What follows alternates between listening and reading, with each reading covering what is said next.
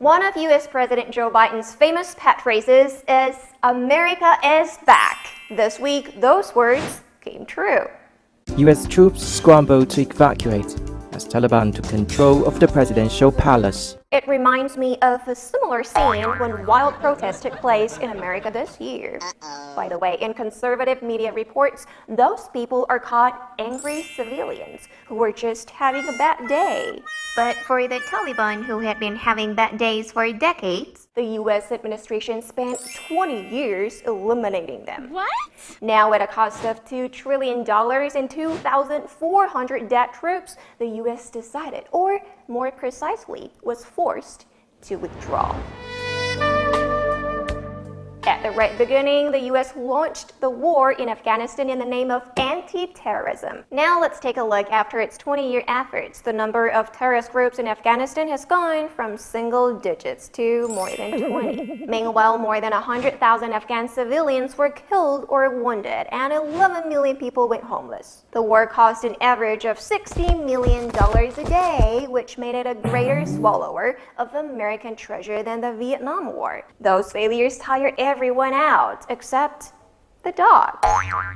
During the evacuation, over 600 Afghans crammed into a U.S. cargo plane, yet U.S. military dogs sat on the reserved seats of a passenger plane. What? The U.S. politicians were like, "What's the problem? They're our troops too. They got the seats for their outstanding service in the war." And the dogs went, "America first." Ow. Okay, American dogs first. But the problem is, it creates chaos in the animal world. Think about it. Once the American dogs are given the thought that they're the first, they really need to figure out if they're approaching others from a position of strength.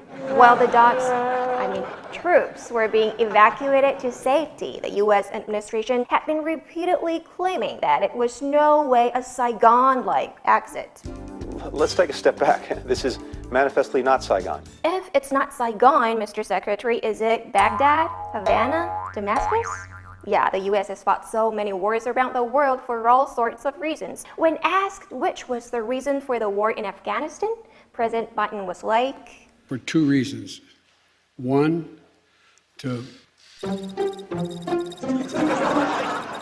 Now we see when a person blinks rapidly, his brain is working really hard.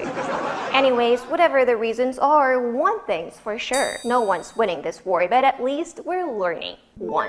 Facing disasters, don't count on a superpower, which brings a super disaster. 2nd, seeking for nation building, now you know whose door you shall never knock.